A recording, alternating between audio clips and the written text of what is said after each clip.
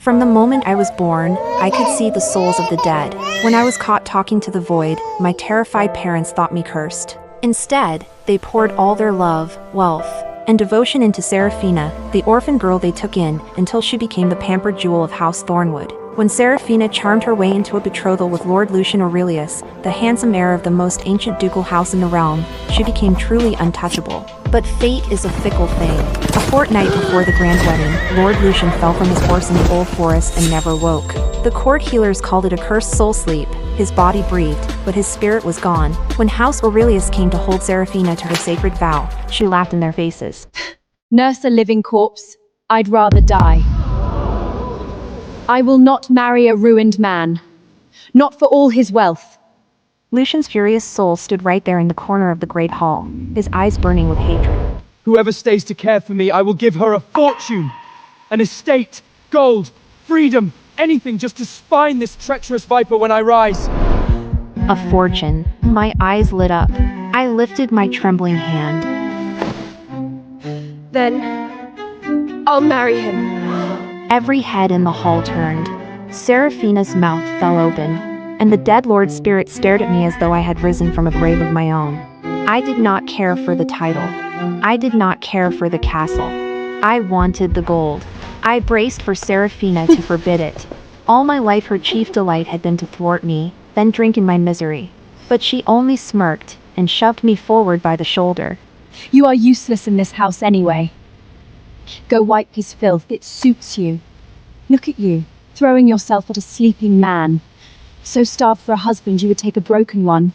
How low. I bowed my head and said nothing. Let her sneer. Every cruel word carried me one step closer to the door, and to a fortune that would set me free of all of them. But Lucian's soul did not stay silent. You poison! For years you wept to me that your sister Elarra tormented you. It was a lie. Every word of it. It was you who tormented her, and I, fool that I was, believed you. His rage frosted the window panes. I tucked my chin and crept toward the Duchess instead. I am the true-born daughter of this house. If it does not offend you, my lady, I will take my sister's place. I will wed Lord Lucian.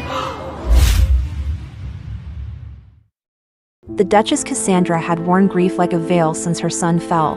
House Aurelius had sworn to the court that he would soon recover. If the betrothal collapsed now, the whispers would spread, the alliances would crack, and the standing of the house would bleed away. I was, suddenly, the thread holding her dignity together. You would truly do this. He cannot speak the vows yet. But care for him, keep faith as a wife should, and when he wakes, the seat of this house is yours. I nodded, meek and eager. I am gentle with the sick. I nursed my own grandparents to the end. My parents eagerly chimed in, their smiles dripping with unctuous warmth. Yes, exactly. The girl is a worthless thing anyway, born for nothing but menial service. Sending her to care for the young lord is a perfect match. As her parents, we give our full consent. Please, take her off our hands immediately. They spoke as if discarding a piece of rubbish, utterly desperate to shove me out the door. The soul stopped raging. He drifted close, circling me, his cold gaze raking me head to foot until my spine shivered. I pretended I could not see him and smiled my most useful smile. Half an hour later I stood in the chamber of recovery and met Lord Lucian Aurelius in the flesh. He was wasted thin, his fine features sharpened by illness, kept alive by tinctures the court healers dripped between his lips and the slow rise of his chest. Cassandra dabbed her eyes. His skull was struck in the fall. The priest sealed the wound, but the soul sleep holds. Half a year, perhaps 3. We wish to keep up appearances, yes, but also to give him a companion. Seraphina need never have touched a basin. We do not lack for court healers. But a sleeping soul must be called home. A cursed sleeper, she explained, needs the warmth of constant company, a voice at his ear day upon day, to keep his mind alight and coax his spirit back. But the heir could not be seen in such a state by outside eyes, and she herself was consumed holding the house together. Seraphina had been the natural choice. Instead, the burden had fallen. Of all souls, to me, the spirit stood at the bedside, gray and bitter. I thought she would never leave me. She has frozen my heart for good. All I want is one reliable soul to read me the parchment dispatches each morning. Is that so much? Gods know if this Elarra is even capable. I listened to him grumble and understood. Body and soul had been torn apart, that was why I could see him drifting. When he woke, his spirit would slip home, and he would see me no more. So I made my plan, and spoke it aloud to the Duchess. Each morning I will read him the house dispatchings. I will fill the room with music and voices without pause. I will tell him the weather, bring him scents to wake his senses, and the washing, the turning. Let me do that too, my lady, if it does not offend. It will help us grow familiar. The Duchess and the ghost both took it for empty promises. Neither believed a death-touched girl could be so patient, so thorough, so kind.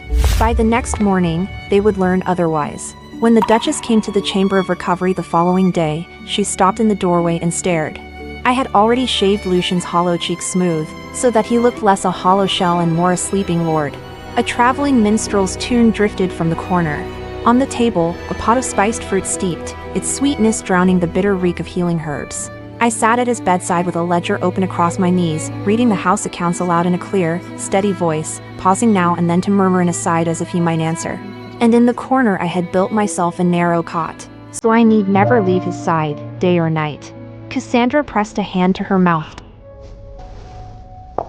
Child, you may sleep in the castle proper. You need not stay here. I only smiled. So long as I never had to sleep again under my parents' roof, I would gladly sleep on stone. My lady, staying close strengthens the bond between us. It will help call him home. When she had gone, I stole a glance at the ghost. The gray had eased from his face. He watched me with something almost like wonder. Seraphina was raised soft. She would have made a wretched nurse. This Elarra is steadier than I thought. Perhaps the curse did me a kindness. I went on about my work, dusting the sill, trimming the guttering candles, humming an old cradle song under my breath because silence felt cruel to a sleeping man. The ghost trailed me corner to corner, no longer cold, only curious, as though he had never in his gilded life watched anyone labor on his behalf without being paid or commanded to it. She does not even know I am watching, and still she is gentle. I pretended not to hear, and pressed a cool cloth to his brow. After that, I told myself, the rest would be simple. I tucked the blanket to his chin and let myself believe, for one breath, that a fortune was already as good as mine, the gold, the estate, the freedom deed, every coin of it near enough to taste. I began to study the ghost the way a hunter studies tracks. He could not wander far distance from his body seemed to thin him, like ink in water. Mostly he kept to his chamber of recovery, drifting out only on the fairest mornings to taste the air. So when he muttered to himself, I listened. How did she know I love the old operas? She has done her reading. Not bad. Now if only she would learn that I despise apples and crave the blue-veined cheese from the West Cellar. Every day, apples. I am sick to death of apples. The next morning I went down to the cold cellar myself, and came back cradling a wheel of cheese so pungent it cleared my own eyes. I unwrapped it slowly at his bedside, smiling at his sleeping face. My lord, shall we see how well this one has aged? The reek bloomed through the room, foul and forbidden, the very thing no proper noble heir would admit to loving. The ghost's eyes lit like a starving man's. I must wake. I must wake and devour a whole wheel with my own hands. And as he spoke, the blessed water in the court healer's silver basin beside the bed, placed there to trace his life force, stirred with one faint, climbing ripple. I broke a piece of the cheese and ate it where he could see, sighing with pleasure. Do you know, my lord, this is the first fine thing I have ever tasted. At home I was given the bruised apples, the rotten pears, never anything like this. The ghost went very still. I had grown easy with his silent face. So I kept talking, the way one talks to a friend, and the words I had swallowed for 20 years came pouring out. Your mother gave me a purse for my trouble, 200 gold. She thinks the work is hard. But at home, I tended my parents, and Seraphina both, and my grandparents before that. Here there is only you. It is the lightest my life has ever been. When I dared to look, the dead lord's eyes had gone red at the rims. Are her parents mad? They have a true-born daughter worth 10 of that spoiled orphan, and they starve her to feed a viper. I will see that whole house answer for it! I felt an unexpected warmth and pushed it down. Vengeance could keep. So long as the gold reached my hands, I would thank every god there was. From that day, the ghost and I grew close in a way I cannot name. I went on pretending I could not see him, yet I gave him everything he wished before he wished it aloud. And he never left my side, watching all I did with those red-rimmed, thawing eyes. 4 months passed this way. Then, one ordinary afternoon, as I bent his thin fingers gently to keep them from stiffening, his hand twitched. On its own. The ghost stared at his own flesh, stunned. My nerves. My body answered the touch. Did you feel that?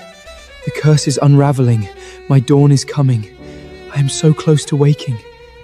I flew to fetch the Duchess, half laughing, half in tears. The good news could not be contained. Within days, learned court healers and priests came from across the realm to attend him.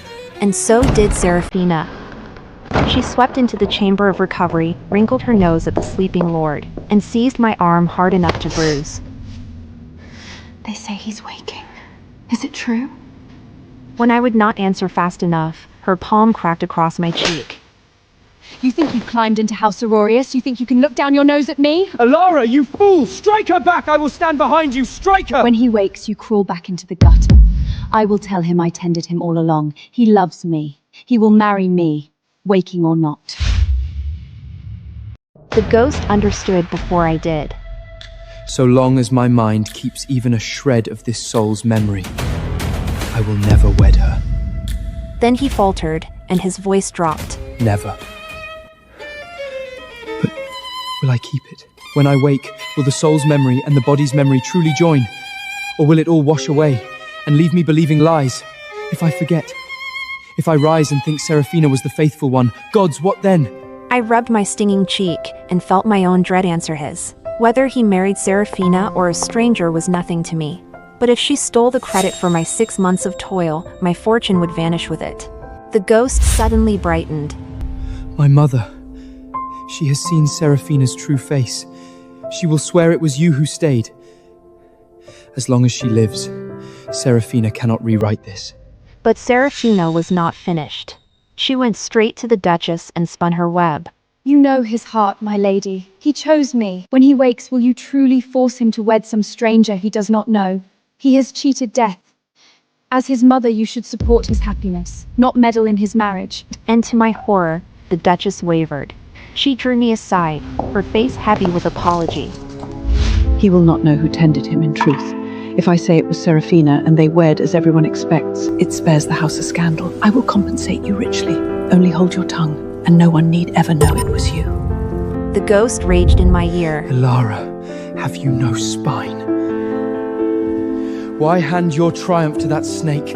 I wanted to fight. I did.